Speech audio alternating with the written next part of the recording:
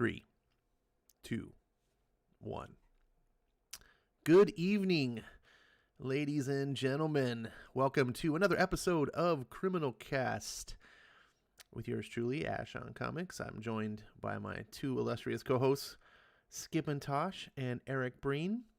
It's good to see you. I look forward to doing these every single time, not just because these books are so fantastic, but you guys have been great friends to me, and thanks for being here. Eric, how are you doing tonight? I'm doing well. Just had a nice fossil stream and ready to segue into some Brubaker. Nice, very nice. And Skip, good to see you. How's it hanging? Good to see you. Long and hold on, wait. Let me check the wind to the right. Oh, okay. Yep. But yeah, like it's pretty good. You know, just excited to talk about these here issues that we read. Again, thank you to Ed Brubaker, Sean Phillips, and Val Staples for some fantastic, tasty noir. These books, I am so thankful to both of you guys for getting me into this long journey of discovering Ed Brubaker. You guys that are listening in, this is CRIMINALCAST. This is a podcast style, originally broadcast on YouTube Live and then put on a podcast stuff later. And so if you're listening live, welcome. If you're listening to after the fact, also welcome. Thank you.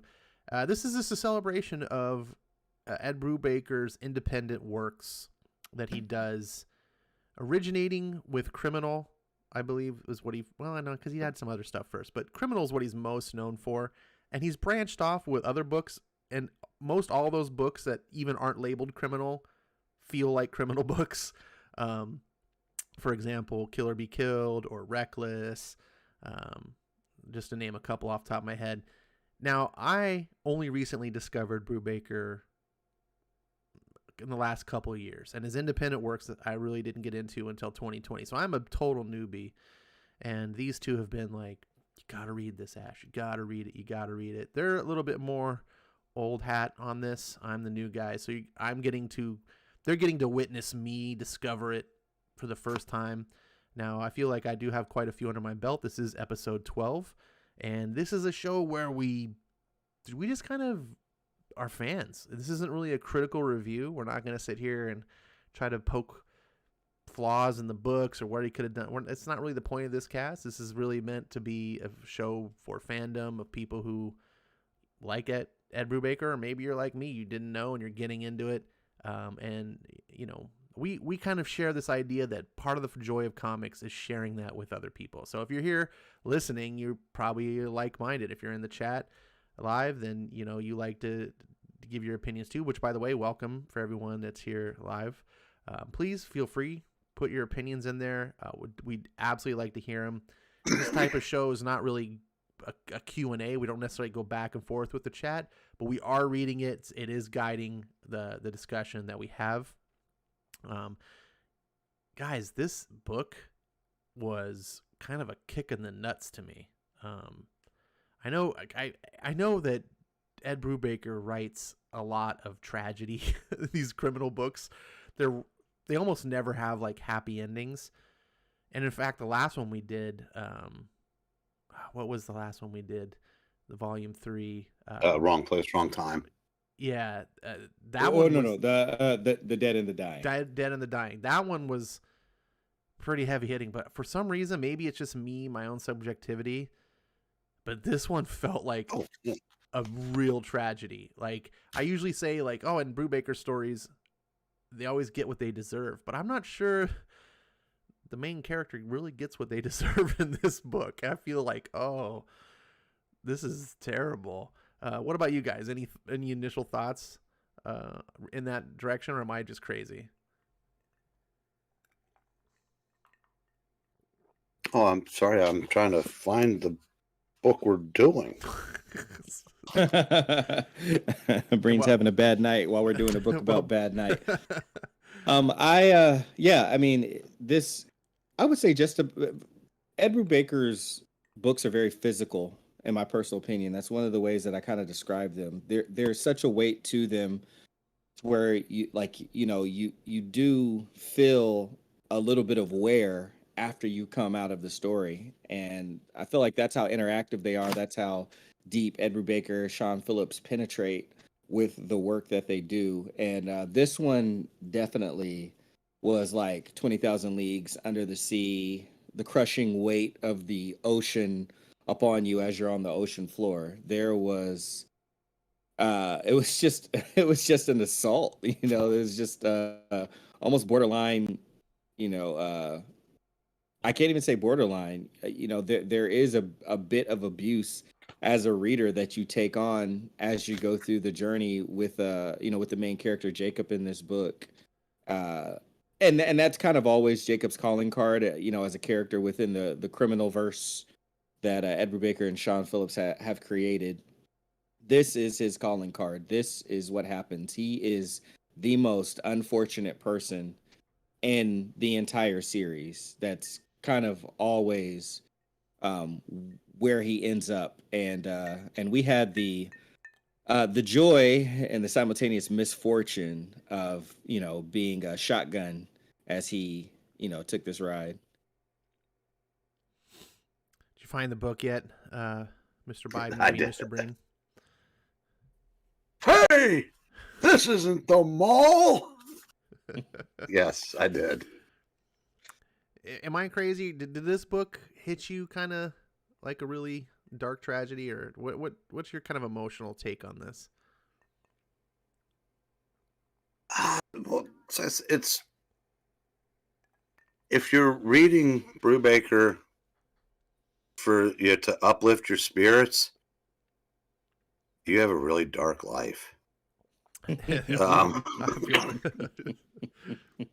mean, this was, yeah, but you know from 10 pages in that it's just not going to end well for this guy. Yeah, it never ends well for anybody. No. You almost like can get past it. At least that's what I'm saying. In my opinion, you kind of feel like all the characters have it coming. You're like, you know, you kind of made this bed. You gotta lie in it. This character, I'm like, did you really deserve all this? This is kind of shitty. Well, but then we get to the end, and we find out, yes, and I think that's what makes this one. Yeah, I mean, it follows the same formula, but it does.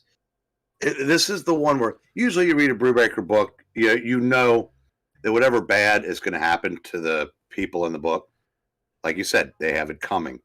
This is the one you read and you go, okay, you know, she seems like she could be okay. He seems like he could be okay. So maybe these two people who are a little bit less whatever than most people we read in these books, maybe these kids are going to have a chance to realize, and as we'll talk about, I said, then you realize one by one, nope. Nope. No one ever rides off into the sunset happily ever after in a criminal book. That is for sure. Oh boy, I had to pour myself a couple of fingers of bourbon for this episode tonight. This one hit me in the feels. Like, sometimes I feel when I read Brubaker that he's lived my life. Like, this guy, so many of his books, I empathize, or like I have so much subjective like reaction to, where I like really relate to some of the events or the character. You know, we talked about on a previous episode how, you know, one of the characters made me think about my dad and how the troubles he had through in Vietnam and just fucked up his life. This character is maybe as embarrassing, maybe it is to say, because it reveals, but this character I identified quite a bit with just being me. And the shit. I mean, I didn't go through exactly the same literal things that he did, but the same way he kind of outlooks on life, the same feelings that he has. I mean, even down to the insomnia types and how he can't sleep at night. I'm just like, this is like this. Did Brubaker just fucking interview me to do a book? So it kind of, when you do that, when you can have that subjective relationship with a book, I think it draws you in more, because you're like, oh, I understand what it's like to feel what this character's feeling, or at least you think you do. You guys have any nice beverages before we get on and talk about the meat and potatoes of this book? Of course. Coke Zero. Diet Mountain Dew. Diet Mountain Dew. Switching it up. No, we lost our sponsor, Coke Zero, unfortunately. Well, maybe the places I went to get them should actually have some on the shelf. Oh. That's okay, though. This is a fine, option B. How do you not have Coke Zero on the shelf? That's Bad. great. That's a good question. Because it's actually gotten it's the demand is exceeding the supply. It's taken off. Like it's becoming the new Diet Coke. It's increased in popularity faster than their ability to produce it. Well, I guess that's and there were shortages last year because of the aluminum shortage, and this year it's popularity, I think. All right. Well, you're settling for the Mountain Dew. How are you enjoying that? You enjoy the Diet Mountain Dew? Oh, you never settle for Diet Mountain Dew. Oh, spoken like a true. Diet Mountain Dew is it's 1A. I'm good either way with that. Skip. Someone's got to keep some consistency around here. I tend to drink beverages that are not nearly as popular, I suppose, not nearly as distinguished. So my cool blue Gatorade is in stock, and I was able to buy 2 of them because there's no limitation to how many I could buy. Wow, there we go. So Yeah. I'm sipping on the blue juice, everybody. Gatorade will be sending their sponsorship check to you soon. One Yeah, Gatorade per person is in the new budget bill. Oh no! All right, well, I definitely can't sign up for that one. That's a do not pass go. Do not collect 2 Gatorades for Skip. Every time I turn around, they're hiding something else in it. Why not one Gatorade per customer? Well, hopefully you guys listening in have got yourself a nice beverage and a snack. This is, like I said before, this is like a podcast format. We will be showing on the live stream. We will be showing pages from the book itself, but you shouldn't really need it if you read it to listen in. And hopefully, if you're at work or you're doing work around the house or some other way, this can be your side entertainment. And if you are available, jump in on the chat with us and be a part of history in the making, as I like to pretend this is. I'm going to open the book here and let Skip kind of take it away, what we do with the little synopsis, just to remind everyone what happened or spoil it for you guys who are too lazy to read yourselves.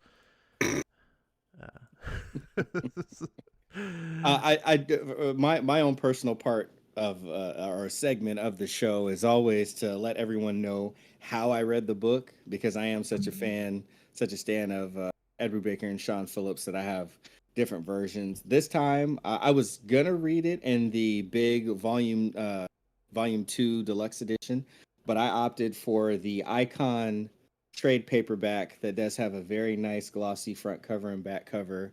So I didn't read the green now and later version that is on the screen right now, that I will eventually collect one day, because I'd like to get the image ones as well. I did read the old Icon gloss cover, and it was quite a treat. Note. Part 1. In addition to explaining briefly what went on in issue number 1, I am going to read the quotes at the start of each chapter this time. We start off here with the quote: "The last refuge of the insomniac is a sense of superiority to the sleeping world." Effectively, what happens is, in this book, it starts off with the fire and within the neighborhood, and Jacob goes outside and just ends up talking to one of the people, finding out that it was a crack house that got burned down. Him not being able to sleep. He's also a comic book artist and only works on so many of his pages before he goes to his local diner.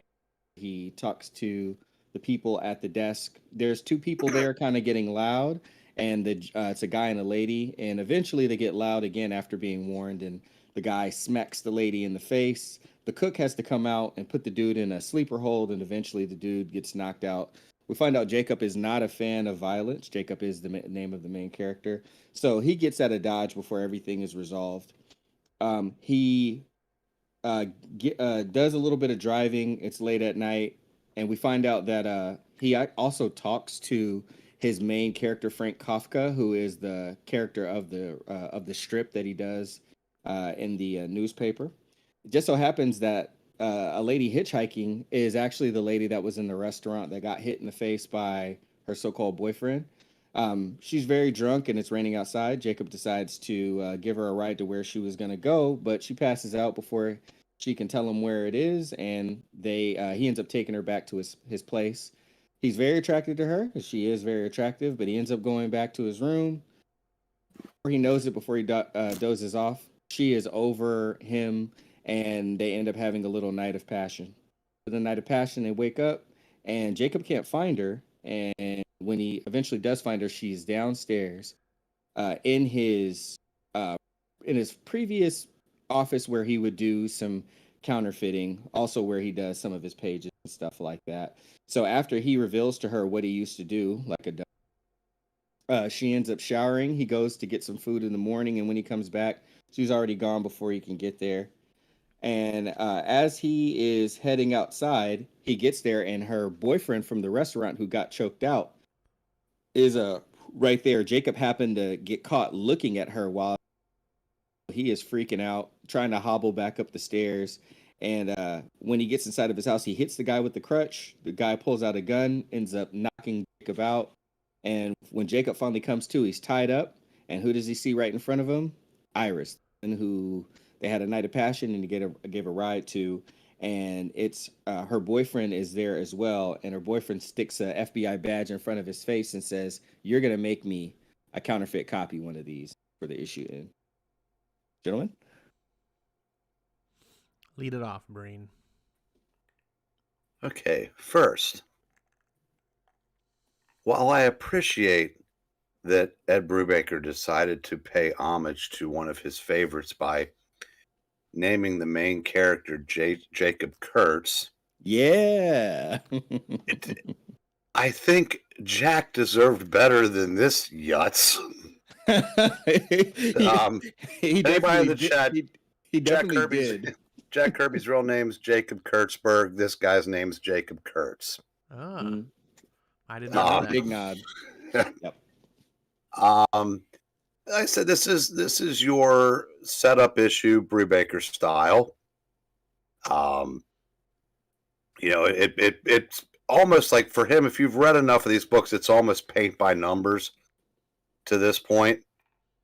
It's I liked. I said the ending. It's like,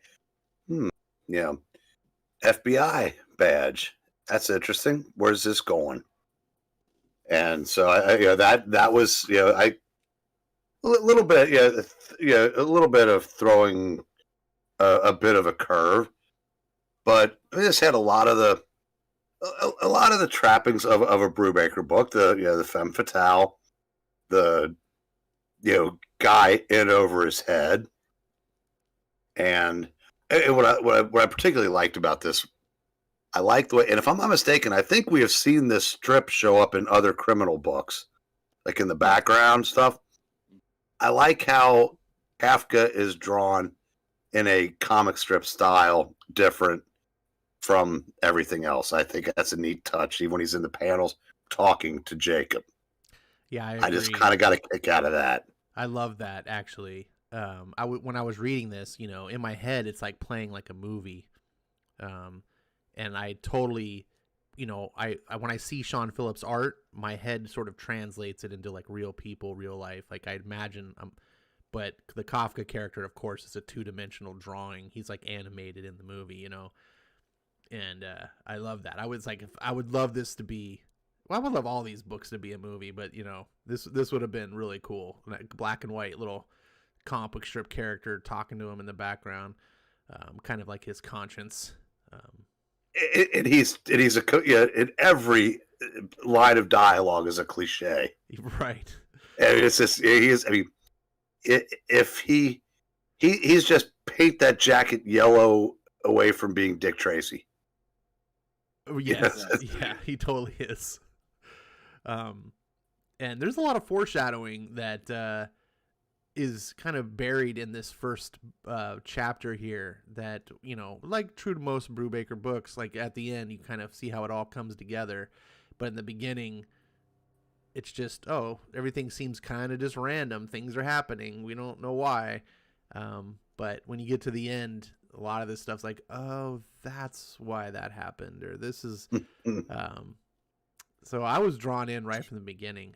I liked the skinhead and the woman. We've seen this character before. Can you remind us where Jacob was seen previously on Criminal Cast? Well, when we find out who he was married to, I'm guessing he was. I can't remember. I can't place. But what was he in? Dead and the Dying. He was in the Lawless with Okay. Tracy Lawless. Yeah. Yeah, he was previously just kind of like a side character that the protagonists of Lawless, you know, were like kind of dragging him back in. He's like, I don't do that anymore. That, you know, because they need him to counterfeit some stuff, and you're just like, oh, it's some guy who doesn't do that anymore. And here he gets his own story, and that's one of the things I love about Criminal is that any character that you see, kind of just being a little, you know, someone they meet in a bar or something, can end up having their own book and have their own story. And it really sparks my imagination, because as I'm reading a criminal book now, it's like training me. You know, when I see a side character, I'm like, what's their story? There's a story that person has. Like specifically in this case, we'll get to him, but Detective Starr, you know, it's like, what's this guy's story? There's probably a lot more that I'm sure maybe there already is, or we'll get a book. I don't know. We'll get to that road when we cross it. But yeah. If we're talking about our Criminal Cast continuity as well, we've also seen, and a little bit of the Ash continuity, we've seen Jacob in another story called Bad Weekend, similar to Bad Night, Bad Weekend. We've seen him there. He was also in Cruel Summer that we covered before. He was in there as a much younger child, Ricky Lawless. So in Bad Weekend, he was younger than this. In Cruel Summer, he was Ricky Lawless's friend, and he was even younger than that. And I want to say there was, okay, yeah, we already talked about Lawless. So yeah, there's quite a few sightings of Jacob Kurtz in the criminal world, and we may not be done seeing him.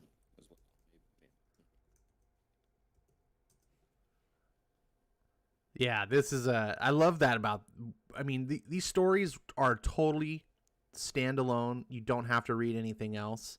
Each one is designed, but when you start reading more and the way you see how they interweave and connect, it's not like a necessary thing that's gonna take away from the narrative or make you not understand, but it makes the world feel more whole, you know. Just having stories where like, oh, that was that kid, that, you know, that's character when they were a kid, and seeing like how that all, it just, to me, it really draws me in more. And it's one of the beautiful things that comics as a medium does better than any other medium. I would agree. I really enjoyed issue number 1. I definitely identify with the character Jacob. I'm a creative type of person, so him up there doing his comic strips, writing them and illustrating them and inking them. I'm also a person who has dealt with insomnia since I was 11, and one form or another, it's always been present in my life. So I have gone out like in the middle of the night and have my kind of routine where I drive to certain places, certain stores that I know are still open. So it was easy for me to like identify with them in that regard. And when I was much younger, I was actually into gangs. I was in a few different gangs, and from Monterey, California. I lived in Salinas, California, which kind of similar to Stockton, California, is like a very kind of small area. It's centered, and there's nothing to do out there but get in trouble. So I used to get in trouble, and then as I got older, some things happened, and I kind of left that lifestyle, changed my views completely, and now I'm one of those people that I can be calm under pressure. I mean, I'm usually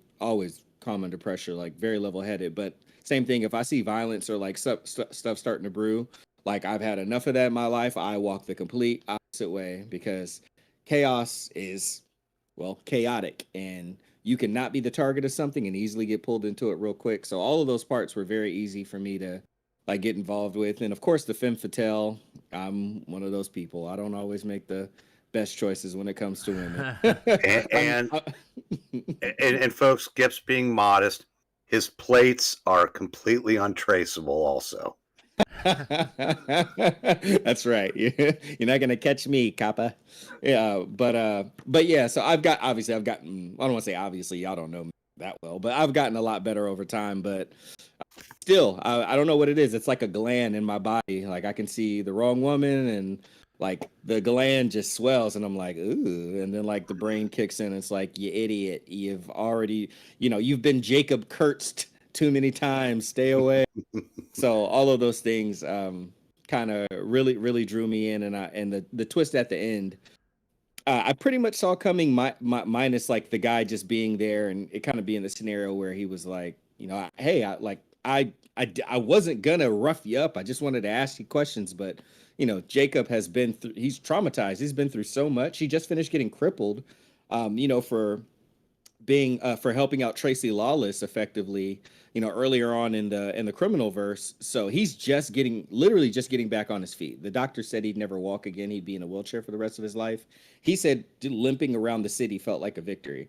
So to see somebody like that who could be harmful for him, and he already, isn't as physically well off as he was before, like he just tried to defend what health he had left. And unfortunately, in this criminal verse, it only gets you in a tougher spot. All right, let's get on to chapter 2. All right, so chapter 2, You want to do Jacob. the quote? Oh yeah, thank you for reminding me about the quote. Sometimes I lie awake at night and I ask, "Why me?" Then a voice answers, "Nothing personal. Your name just happened to come up."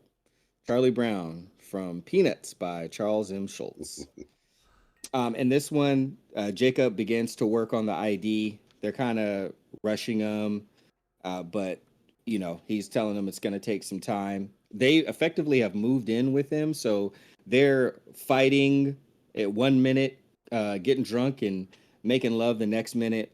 And as Jacob is dealing with his house being invaded, we do get introduced to Detective Max Starr, who was a police officer back then. We find out that Jacob's wife passed away, and he was a person of interest, and that cop had it out for him, so he used to beat the heck out of him.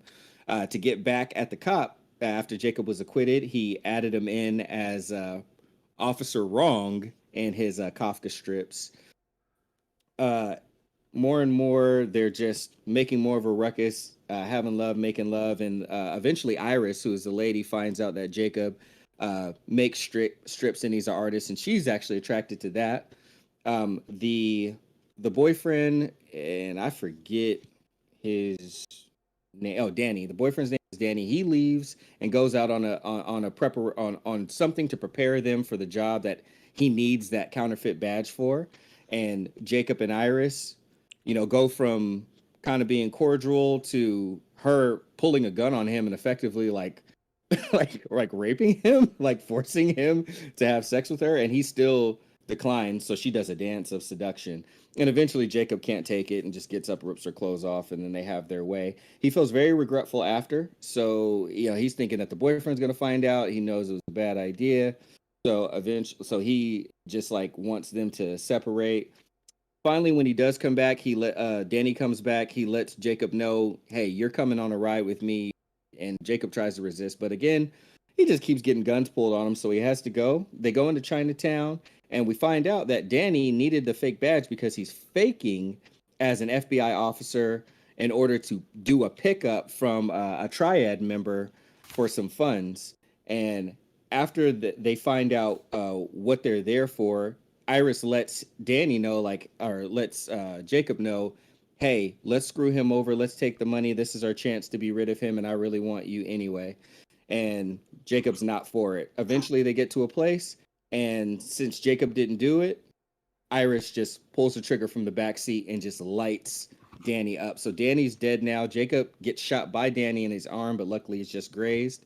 And Iris says that she's a nurse. It's just a graze, so she's going to patch him up.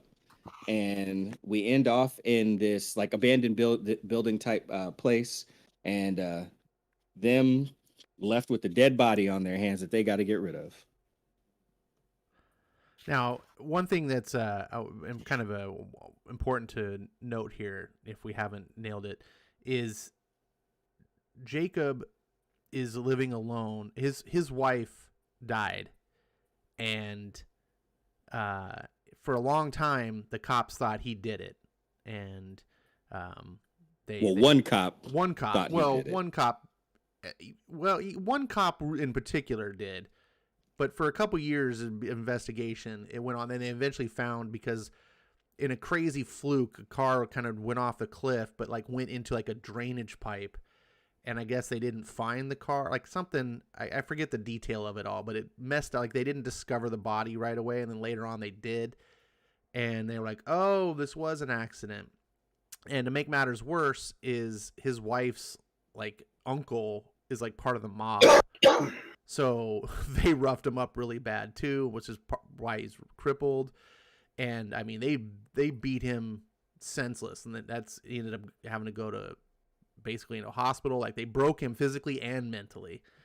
So just to clarify that real quick, that's actually not why he went to the hospital. His wife was related to Sebastian Hyde from Lawless, but that beating that he got from him helping Tracy Lawless, who didn't know that he stole from Sebastian Hyde. No. But the cops thought that that's why he got beat up, and they tried to use that and the attachment to her being related to Hyde as evidence that he did it because Hyde got to him before the police. No, because there's a scene, I don't know exactly where it's at, where he says that they felt guilt. That's why he got the Kafka strip, because the mob set it up to the paper like, you gonna give them this strip and you're never gonna cancel it, because they felt guilty once they found out, like, oh, you didn't actually kill my niece. Right. And yes, that part is in there. So they did beat him up. Now, obviously, there's more to it when he gets involved with Tracy.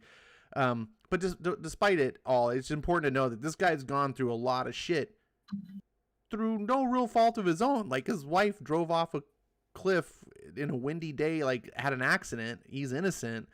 And the cops, just ruined his life, because not only did they beat him, and stuff, but they also like leaked out that he, killed. So the press, like, he was the court of public opinion. He's a pariah.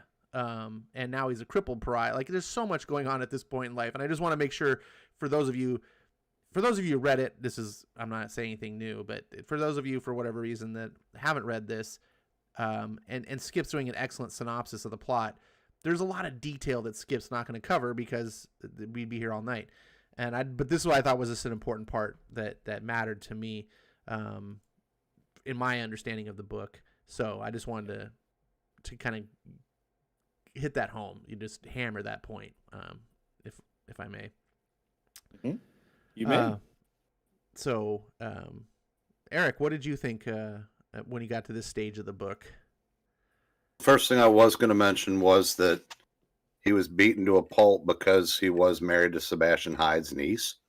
Mm-hmm. And like you said, when they found out he was innocent, kind of like I said, the olive branch was that they went to the paper and his strip could never be canceled. Now, what I did like in this, when you created the star character Officer Wrong, I liked how he said, it's a small victory. It's something like, it's a small victory, but sometimes small victories are, all we have or whatever. Thought that was I kind of like that. And how that him doing that made Star kind of the laughing stock at his work. So, obviously, since this guy, and like I said, they just, I think even Star himself calls him a semi-honest cop. Yep. Up to that point. So as it's unfolding, we kind of see how people are getting their motivations, but then we're halfway through this and we don't know what's coming yet. And it does seem like it's following that trajectory that these two kids, who to this point may be just a little bit less damaged than what we're used to reading, might actually have a chance to, for lack of a better term, get away with it. And then we remember, oh yeah, we're only halfway through. Yes, yes. There's what's that up in the sky? Oh, that's the other shoe dropping. So, yeah, this character, I really liked this character. I feel like I relate to him in many ways. Skip talked about the insomnia. I suffer, I think, from a different kind of insomnia than maybe Skip. I never have like desires like this character does to go out on the town or anything like that. But there was a point where he mentions like how he can't lie in bed and wait to go to sleep, or he just like literally just goes until he passes out. I'm very much the same way. I can't just like lie in bed thinking and I also like the fact that other than he dabbled in counterfeiting, he's not really a criminal, right? He's a normal guy who probably had to get into counterfeiting because his life was ruined by the mob and the police and everything. Like, and so he's like, well, fuck, no one will give me a job. So I guess I take work from criminals. And now he's legit again because he's been kind of given that hand me down from the guilty mob. Like he's got his little strip, and that character kind of serves as his conscience, which I love. Every time I see Kafka pop up, it adds so much.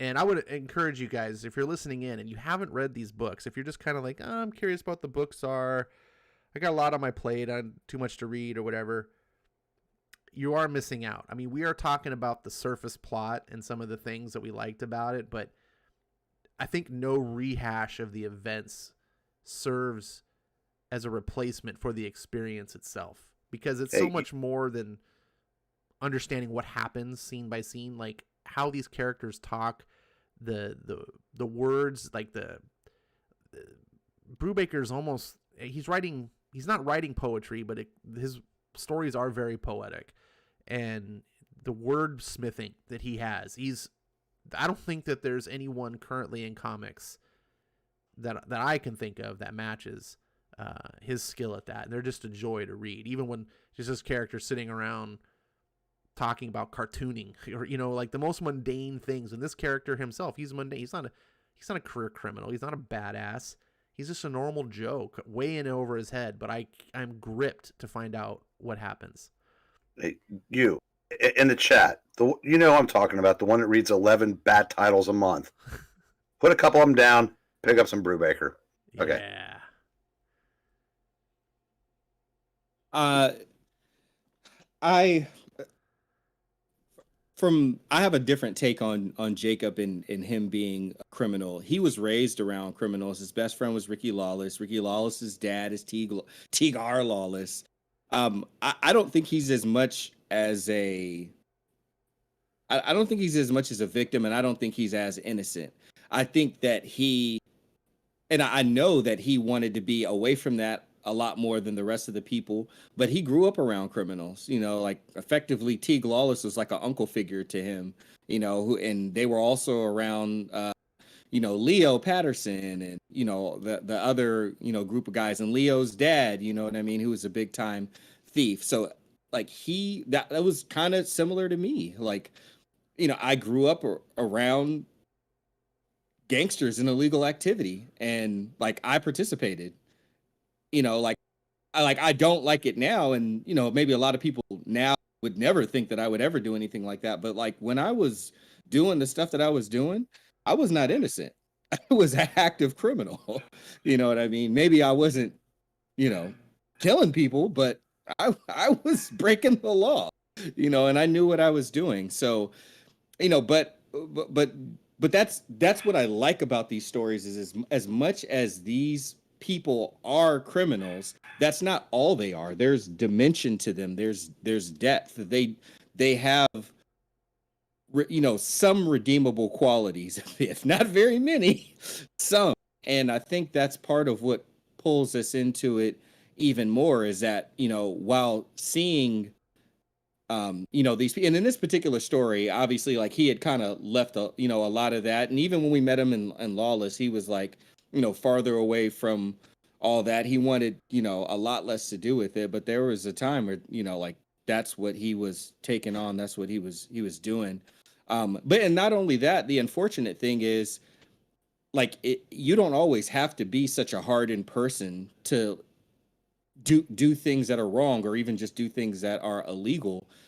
He was responsible for helping his drive his to a point of madness, and he didn't even want to be that. But we're going to find out more later about him, so I'll keep the lid on some of it. But unfortunately, that's the reality, and the harsh honesties of life, is that sometimes we do bad things that are way farther out of our control than most people attribute to terrible things that people do to other people.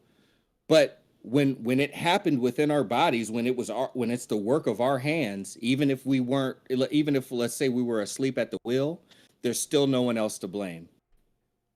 And that's the harsh reality of life. But anyway, that was the main thing I wanted to share about. Skip just bringing the sunshine tonight, right? Skip, you realize everybody does know what you look like. Oh, I'm well aware. Like I Okay. said, you're never gonna catch me, Kappa. You're never gonna catch me. Because I could see Ash disclosing all this crap. We're never gonna know what he looks like, but you're out there, dude. Hey, sing like a bird when they put the light in front of your face. It don't matter to me. And statutes of limitations expire. See, spoken like a true criminal, Brain. That's why I do this show with you. Yeah, I've spent a night or two at the Covington Hilton myself. See, they got pillows and really nice bars that you can Not stand the and lean first on. time they do. Yeah, that's all they had the first time. Yeah, see, there's a bar there too. This time you're behind it instead of in front of it. Didn't like the drinks they were serving. Guy spit on my shoes. I thanked him. I'll polish those. Thank you, sir. Thanks for getting me started. All right. Part 3. Sleep is the most moronic fraternity in the world, with the heaviest dues and the crudest return. Vladimir Nabokov. So they're in that garage. They are cleaning up, doing the best that they can to kind of erase their traces of being in that place and prep Danny's body for dumping. Of course, the car is not redeemable, so they have to set it on fire. They do have the money from Danny acting and impersonating as an FBI agent. They do ultimately end up going back to the house where Iris patches him up more. And, Jacob is really emotional at this point, and he is kind of freaking out a little bit too. But in the midst of it, there's a smack that happens, and that's the kind of primal thing that could lead to passion. So they have another passionate moment, and after talking, and there's some raw emotions being communicated back and forth, some real care going on. They decide that it's best that they split up for a few days. So Jacob tries to go back to his normal life, but it's hard for him to focus on his comic strip. And then he ends up having a dream about he and Iris kind of trying to be together, and they're getting shot out by Mr. Frank Kafka. He wakes up, and it's to some banging on his door. And when he goes to the door, guess who we see? Officer Wrong, aka Detective Star. And there was a gun that Jacob had in the house that had gone missing the first time that he had interacted with Iris. And he hadn't seen that gun since. But Star knocks on his door and lets him know there's a dead FBI agent. That's why I'm here.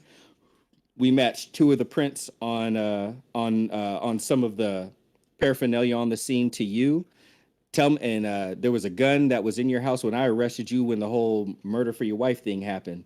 Tell me if you still got that gun here. And Jacob reluctantly eventually goes and looks because he doesn't want Star to come back with a warrant.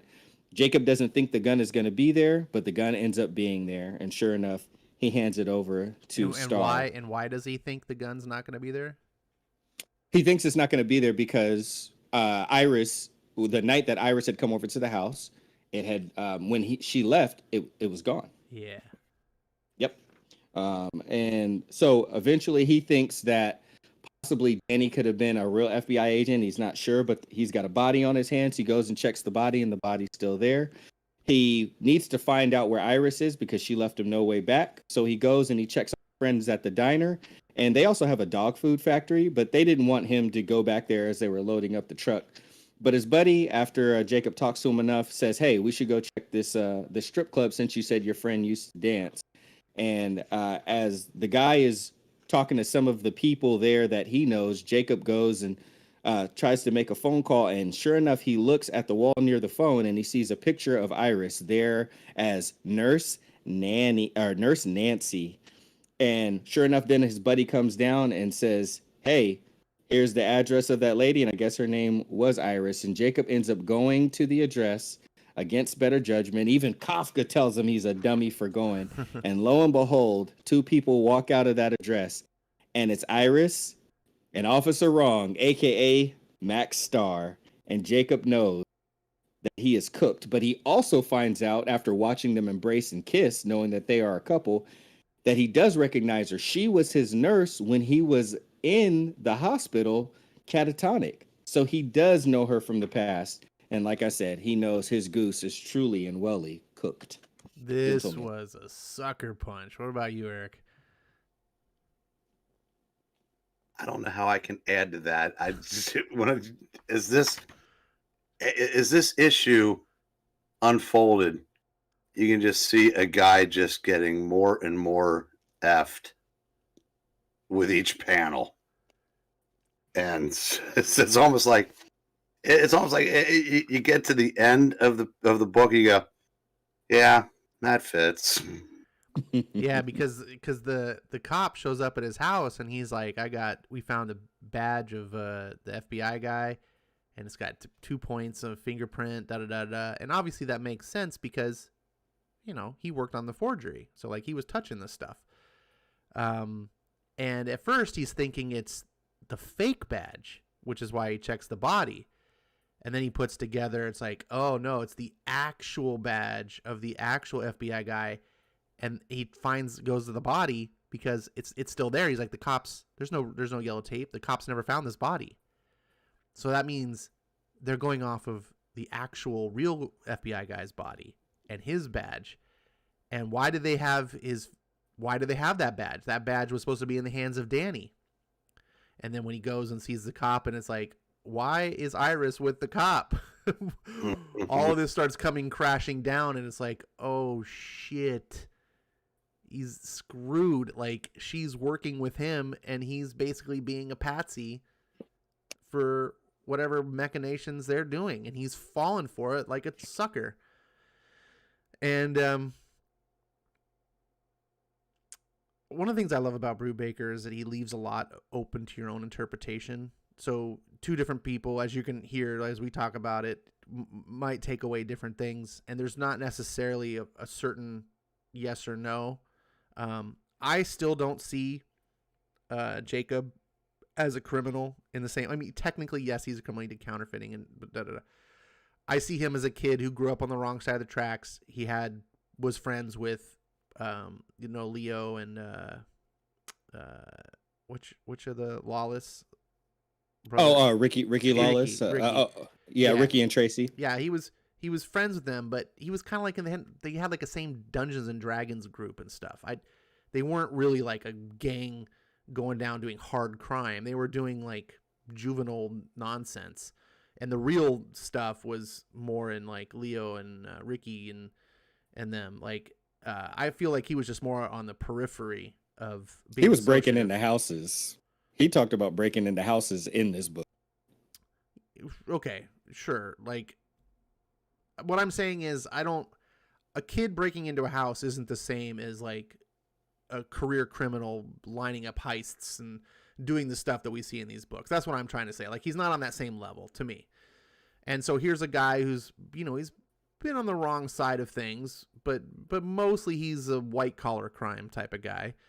And now he's caught up into something heavy, and he's being a patsy. And it's like, he's been living his life pretty clean. He just does his strips, and he's not involved, doesn't want to get involved. And but he can't not. And this cop is such an asshole. Like, he knows, he just hates Jacob for some reason.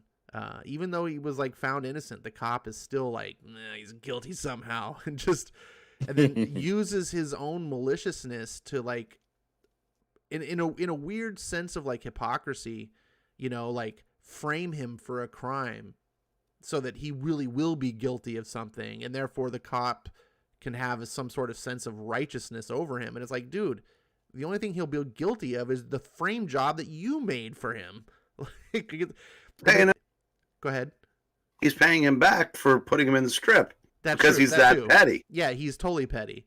But he's you know what I'm saying? He's got that level of hypocrisy that only really villainous people ever can step down to. Like, we're all hypocrites in some nature, but that sort of level of like, I'm a cop, you're a criminal, and even though you were found innocent, I'm going to frame you so that you are guilty, so that in my twisted evil brain, I can justify my righteousness. And it's like, and they still can't, their brain can't rationalize how wrong that is. Like, you know what I'm saying? Like, they see themselves as the heroes somehow. Well, that's the thing. I don't think he does rationalize it like that, because even he said that he's like a crooked cop. Yes, like in the next chapter of the book, like he knows he's wrong. He knows he's wrong too. He has a sense of superiority, but he doesn't necessarily think he's so much more righteous. But he knows that. That's a great point you're bringing up, and I think it kind of adds to my case, because the way he says it, when we get to it, maybe we can point it out. But the way he says it at that point is like, I'm only partially crooked. Like, in his world, everyone is worse than him. So being partially crooked is like his view of righteousness. I'm less crooked than everyone else, so I'm the true good guy. Two things real quick. If we ever do get a Max Star story, we're going to find out he was one of those cops that was not real popular growing up, picked on a little bit. Oh, yeah. And it's the classic, I got the badge so I can pay everybody back. Absolutely, yeah. And totally. if I'm kind of, at the end of this issue, I was kind of picturing Jacob is Bugs Bunny in one of those old Warner Brothers cartoons where he turns into the jackass and you can hear the ee-haw when he's coming out of it. But this is another reason why this was a sucker punch for me, is the realization of Iris. Because as Eric was saying, up to this point, you kind of like, you see that neither one of them is perfect, right? They've done some things in their past, some shady things, but they haven't gone completely over the edge, and maybe they can salvage some sort of life for themselves. They just both have hard breaks.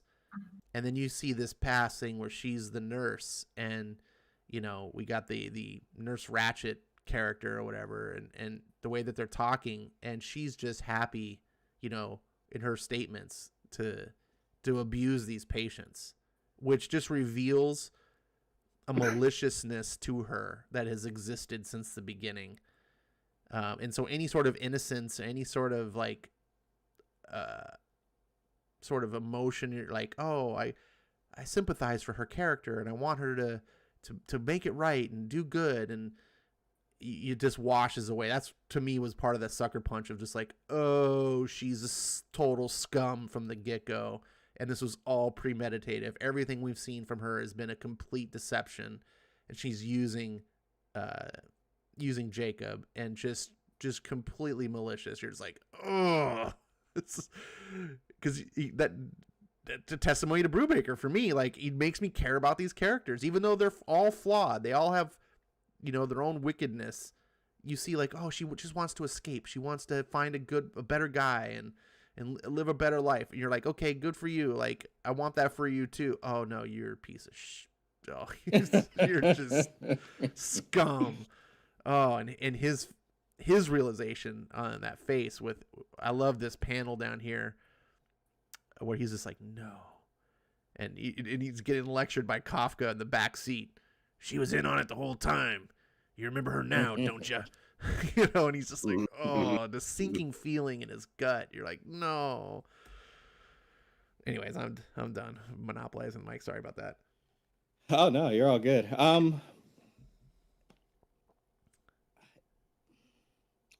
I have something that I'll say for the end, and I make sure that I don't forget it. But yeah, Jacob knows and admits to himself that he's making the wrong decisions as he's making those decisions, and he continues to do them anyway. He's compelled, to make these terrible decisions, against his own conscious, against his own conscience, against, Kafka's voice in his head telling him that he had an out. He could have walked away. He already said that he doesn't like violence. Mm-hmm. And again, this kind of goes back. I didn't mean to redraft my point that I was making before, but like I'm gonna find the quote, and I'll pull that up later. But there's a quote in the Bible talking about how I do things that I don't want to do. Like, why do I do these things within my flesh that I don't even want to do? Mm-hmm. And Jacob very much is embodying that in here. He has made a lot of bad decisions, and he knows not to make more of them, but he's just compelled. And he is effectively asking for trouble by going and continuing to follow these stupid notions inside of him, and these and these harmful and dangerous passions. And he got exactly what he asked for. Well, yeah, he's playing with fire and he gets burned. The difference for me, for Jacob, I'm able to at least sympathize with him, is because when you play with fire and you get burned, as long as you're not trying to burn other people, I can at least feel for you, right? But if you're like, oh, I want to hurt other people, and that's the thing with Iris here, is you find out like, oh, she isn't just being stupid. She's actively, premeditatively trying to hurt other people. Where I think Jacob is just being a fool. Right. Yeah. I mean, intentions matter, but in my world, I always say this: it's good for me to know the intentions, but the results matter more than the intentions. And as we get to the end of the book, we find out that as much as he didn't want to hurt other people, he ultimately ends up hurting more people. I think we're gonna have a nice, interesting discussion on our take on the ending here. Why don't we get to it? Very much. Very well.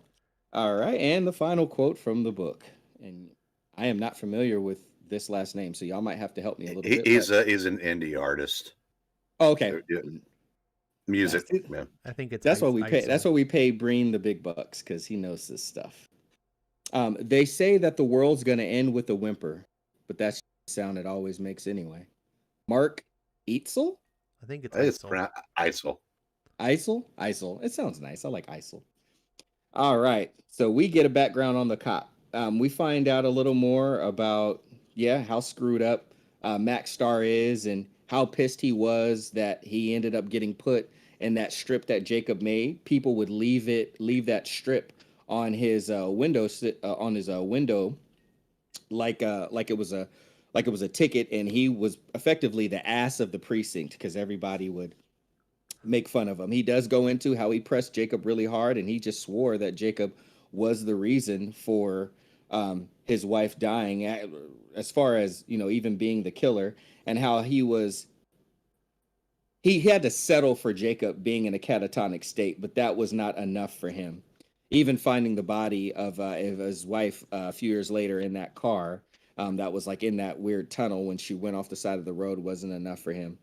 But as he had an opportunity and found an opportunity to get after and set up Jake through this crooked FBI agent, Duncan Mora, he began to spin his wicked web, which included setting up a triad member as well in jail to make sure that he didn't make it out after. And that was part of Danny being able to impersonate someone, because they had to have a different triad member give the FBI agent the bribe so they could some things past customs. But as we put Jacob right back in that place where he sees them walk out, Jacob wants to go inside of that place where Iris is coming out of her address. But for whatever reason, Max spins the block and sees Jacob there, and basically has a drop on him, tells him get down, points the gun at him. Jacob jumps from like the top of the first floor where he was, right at Max Star, catches the butt of the gun to his face 2 times over, gets punched in the gut, and gets put down to the ground. Max wants to kill him, but he doesn't. He starts to call it in, and as he does, Frank Kafka ends up shooting Max Star right before he's able to call it in. So Frank Kafka, the illustration, kills Max Star, and now all of a sudden Jacob picks up the gun, and Jacob's got another body that he's got to get rid of. So he goes down to his friends at the diner who have the diner as well as the dog food factory company, and he knows what his buddy does in there. His buddy tries to tell him employees only, but Jacob kind of pushes right past him as the guy comes out with the hatchet in his hand, or butcher's knife, and Jacob sees that he's chopping up bodies back there. Of course, we know that that's why everybody loves that dog food so much. The secret ingredient. You know how Brubaker always says in the back of Criminal 2019, the secret ingredient is crime? Well, we know what the secret ingredient of that dog food is. Oh. But Jacob tells him, I got a body to get rid of, and it's a cop. And the guy tells him, damn, you're lucky I like that. You're lucky I like that comic strip that you do. So they help him get rid of the body, and he eventually is able to catch up with Iris and tries one last time. Again, he knows he shouldn't talk to her, but tries one last time to talk to her, let her know how he feels. She ends up slapping him again, and seems like he just walks away. Then we go over to Iris, and we find out the background behind her. She was a dancer, a topless dancer. She was sleeping with Max, and she said she likes to be with Max. And she'll help him out as long as Max continues to treat her gentle when they're in bed. She actually was dancing in front of all the people in the mental ward because she wanted to just be seen, and they were a captive audience. Ultimately, she follows through, and she agrees to helping out Max Star. And we even find out that Danny was there visiting her at the hospital, at the mental ward where Jacob was in that catatonic state. Jacob drives back towards his house and sees that there's a bunch of cop cars right outside of his house, so he cannot go home. He has to get out of here, and Kafka tells him, like, hey, we've got to split, because if they find out what's in your trunk, it's going to be big trouble. And once he goes to the trunk and opens it up, it's freaking Iris. She's in the back of the trunk, bound and gagged. So they start driving, and he pulls her out of the back of the trunk and into the front seat, and he's trying to talk to her, trying to talk some sense into her, but he is just a mess. And Kafka's trying to talk to him and tell him, like, calm down, man, you're going to do something rash. And in the midst of all of the craziness, and even, a flashback to his wife, how Jacob was a mental mess and kind of drove his wife mad, and that's why his wife drove off the cliff. He drives off the exact same cliff with Iris in the car. He eventually wakes up. He comes to. He is in the hospital. He is back to being incapacitated, tube up his nose. His editor from the comic strip comes in and tells him that a younger writer is going to take it over. And they're just trying to get where the story was going to go so they can continue it while Jacob is in the bed.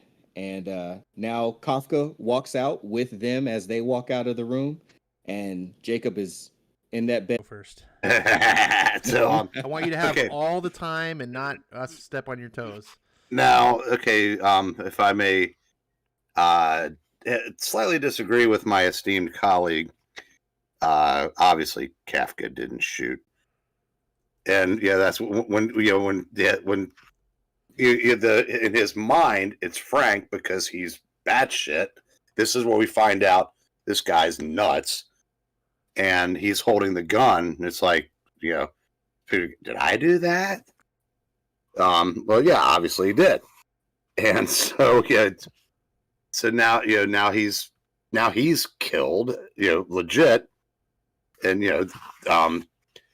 and as we get a little farther into the issue, when, we realize he can't go back. And then Frank says, if anybody finds out about the, what's in the trunk, that's when we realize that in, one of his, blackouts, he put Iris in the trunk of the car. So apparently at the end of that, their last encounter, I guess he knocked her out and put her in the trunk. And that's when we find out that basically his wife was running from him.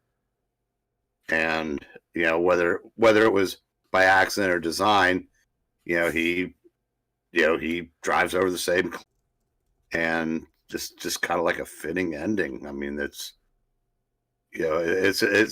he's so beaten at this point that even the voice in his head leaves him. Yeah. So that's that's kind of that was, to me, that last neat little twist when Kafka goes off with the new writer. So that was as close to that was actually, to me, kind of made me chuckle at the end. It's like, you poor sad sack. Yes, and for the record, I intentionally read it like that because I didn't want it to be revealed until the very end that all along, everything that it looked like Kafka started doing at the end was actually, that's why Ash said it was like a Fight Club type thing. It was actually Jacob doing all of those things all along. He's schizophrenic, and his disorder places a proxy in the place of doing that doesn't feel comfortable with doing, but all along Jacob was the perpetrator of those things. Jacob was even the one that burned down the crack house where we all started in the beginning of the book. Yeah, I figured you knew that, but I've never seen Fight Club, so I didn't get where you were going with that. I thought, okay, maybe seen Fight Club. What the first rule of Fight Club is? You watch Fight Club? Don't watch Fight Club. Oh. At least that's what they told me. Right. So I didn't see where you're going. Just in, so I thought, just in case, I better clarify. But yeah, I shouldn't make assumptions. So not only do we spoil Criminal for people, but anyone who hasn't seen Fight Club, we did a major spoiler as well. Well, I'm probably the only person that hasn't. So yeah. So when I got to this part of the book, and it's kind of how Fight Club does in the movie. What? Like, I knew that Kafka was kind of like, I always was reading Kafka like it's his conscience, right? Like sometimes your own brain like talks to you, and your conscience will be like, no, you probably shouldn't do this. Like, sometimes it's viewed as like the angel on your shoulder and the devil on your shoulder. Sometimes you see in cartoons. I was viewing Kafka as kind of like that at this point until I got to here, and I was like, oh no, it's more than that. And I love the frame where you get after Kafka shoots him and he looks down, he's holding the gun himself, and it's like, oh. And then he has a conversation with Kafka, and he's like, you shot a cop. So even at this point, he's still thinking Kafka is separate in his mind. And we see by the end of the book that he most likely, obviously I'm no psychologist or psychiatrist but it seems pretty clear that he's got some form of schizophrenia. He was in a mental ward. And it all comes together in the beginning of the book. Like I said, there's all these like foreshadowing things that you don't necessarily know how they're going to come together. And one of the things in the beginning of the book is like on fire and it's burning down. All the neighbors are just kind of like, I wonder what happened, and one guy's like, I hope it was arson. It means someone had the balls to do something. And it turns out by the end of this book, when they pull up to the cops or at the house and they're talking, we see through the Kafka, everything, it's like he was the one that did it. Because Kafka's talking, he's like, hey, don't look at me, you're the one that wanted him gone. And he's like, shit. And so even the character is realizing he's kind of having to face his own craziness, which is really interesting because my buddy who I'm roommates with, he actually works in like mental health and deals with people of this nature. And we get some very interesting talks where I've gotten to educate myself a lot about this. And I'm certainly no expert on any of these things, but it rings true to a lot of the things that he talks about. And one of the things that he talks about is oftentimes you have to like face, I forget how he puts it, but like basically you have to dealing with psychosis or whatever is a lot of just your understanding of reality is tweaked. And so sometimes, if someone like has a voice in their head, for example, you have to them, that's 100% real, right? And the only way that you can start addressing it is to get them to start understanding wait a minute, maybe this isn't real. And by constantly forcing him to hit like the wall of reality and checking him, he would put it a lot better than I would.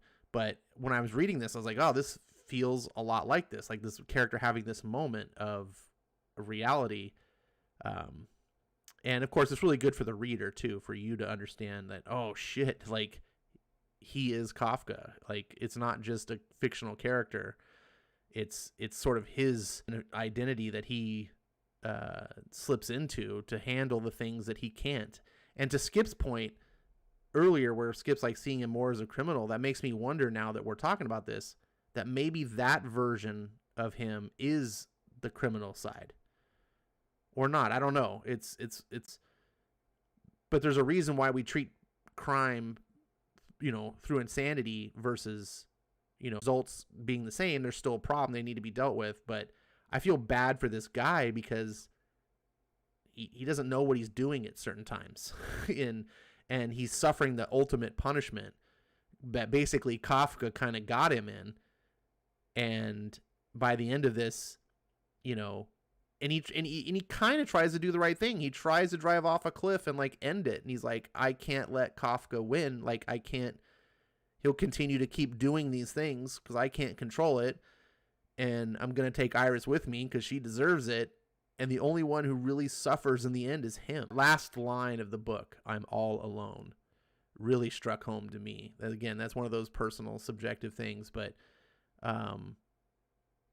it's just he has nothing. He doesn't even have Kafka anymore as Kafka runs off, and some kid's going to take over the strip, and all because he cared about a girl and wanted to help her, and she had no interest. Oh no.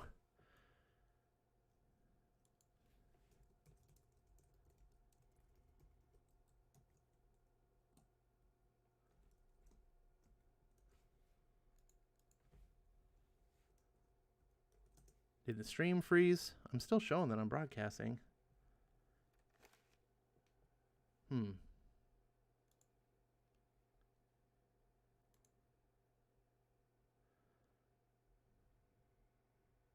I think. All right, so it's probably Discord.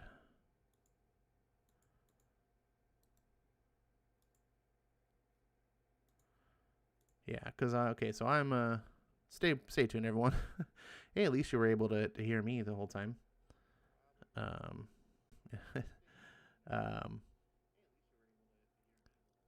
So I'm gonna keep talking. I put the "Be Right Back" screen up just because I'm trying to fix. I got to restart Discord. Trying to force it to close because I can talk straight through the Streamlabs, but Eric and Skip have to come through the Discord.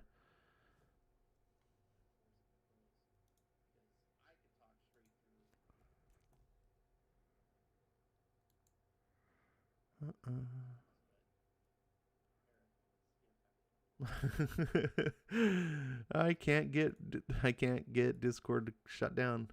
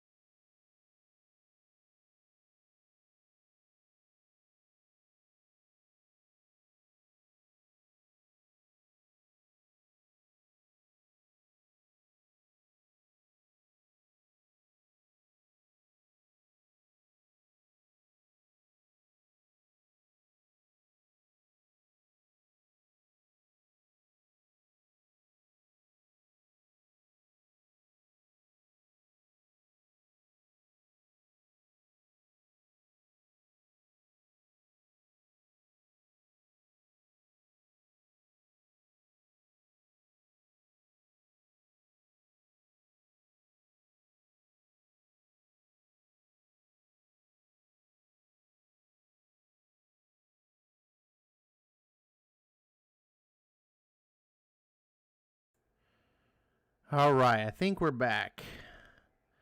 I'm just choking and it needs to be rebooted, but can't do that in the middle of a stream. So I'm trying to band-aid everything up here. To bring you guys in. Okay, we're all live. Cool. I got the end screen up because the ship is sinking. It's time to get to the lifeboats. And I probably, when I discovered what was happening, I probably should have just said goodbyes and wrapped things up. But I hated doing that by myself and not having you guys involved because honestly, I mean, this is as much your stream as it is mine. So at this point, is your stream. This stream is my stream. At this point, audience members, we may go at any moment, but we're gonna let Eric and Skip have any thoughts that they want us to talk about based on this book or everything tonight, and then we'll put a bun on this. So, Skip, how about lead off with you this time? For we know that the law is spiritual, but I am of the flesh, sold under sin. For I do not understand my own actions. For I do not do what I want, but I do the very thing I hate. Now, if I do what I do not want, I agree with the law, that it is good. So now it is no longer I who do it, but sin that dwells within me. For I know that nothing good dwells in me, that is, in my flesh. For I have the desire to do what is right, but not the ability to carry it out. For I do not do the good I want, but the evil I do not want is what I keep on doing. For if I do what I do not want, it is no longer I who do it, but the sin that dwells within me. So I find it to be a law that when I want to do right, evil lies close at hand. For I delight in the law of God in my inner being, but I see in my members another law waging war against the law of my mind and making me captive to the law of sin that dwells in my members. Wretched man that I am, who will deliver me from this body of death? That is Romans 7:14 through 22. That it goes back to, that's kind of Jacob. He wants to do better, but he literally has a mental illness that causes him to go against it. And even apart from his mental illness, that's separate, but he has these urges when he is conscious within, his, initial, primary identity that urges him to go against his better judgment, and he knows what is good. And it brought him right back to the low point that he thought he would never get to again. Yeah, and it's a sad tale. The definition. This is interesting. We were talking about criminals and like career criminals versus I guess people who or you can say previous criminals. But the definition of criminal, it says a person who has committed a crime. The thing that I love about this book, and like I said, I made a reference to Criminal 2019. In the back of the book, they would always start off with the letters page with the secret ingredient is crime. We've all broken the law at some point in time. Some of us are farther away from some of our past offenses than others. If you speed, if you got a streaming box and you're illegally watching content, at some point in time, we've all likely broken a law if we're past the age of 7. Mm-hmm. But that's also part of the thing that ties all of this together. Like all of these people are majority of the characters within here are criminals to some degree, whether it's a lesser or a bigger degree. And even us, since we've all broken the law, we can all come together as criminals and enjoy these stories. And the fact that we are more than just the crimes that we've ever committed. We are brothers, sisters, mothers, fathers, friends, healthcare. I don't know what's going on. I think it's this Streamlabs might just be too taxing for my computer. Just when I was about to say the most brilliant, the most pithy. It might be. Streamlabs I'm getting audio's coming back in. Okay. I'm like, I got my iPad off to the side here, and I'm like listening, so I can tell when I can't hear. All of a sudden, you like people cut out. It's like I can tell when I said that this takes its place among every other great Brubaker story. not wanting to work with us, But thank you for sticking with us anyway. We're going to wrap this thing up now because we've worn past our welcome. I don't even know if you're hearing this, but we're going to say goodbye. Eric, Skip, thank you as always. I apologize that this stream didn't go 100% perfect, but I really had fun doing with you. We're going to be doing this every last Wednesday of the month. So what's the next book we're going to read? We were talking about Wrong Place, Wrong Time. Yep. Sounds good for me. Wrong Place, Wrong Time. 1 month from now, last Wednesday of October. Thank you guys for being here. Read the book. Go read it. Join us. Partake in the comments. We need some more people interacting in the comments that have read the book. That'd be really great. I would definitely encourage me some. I have finished up my whiskey, so I'm out of here. Good night, everyone. Good night, kids. Night.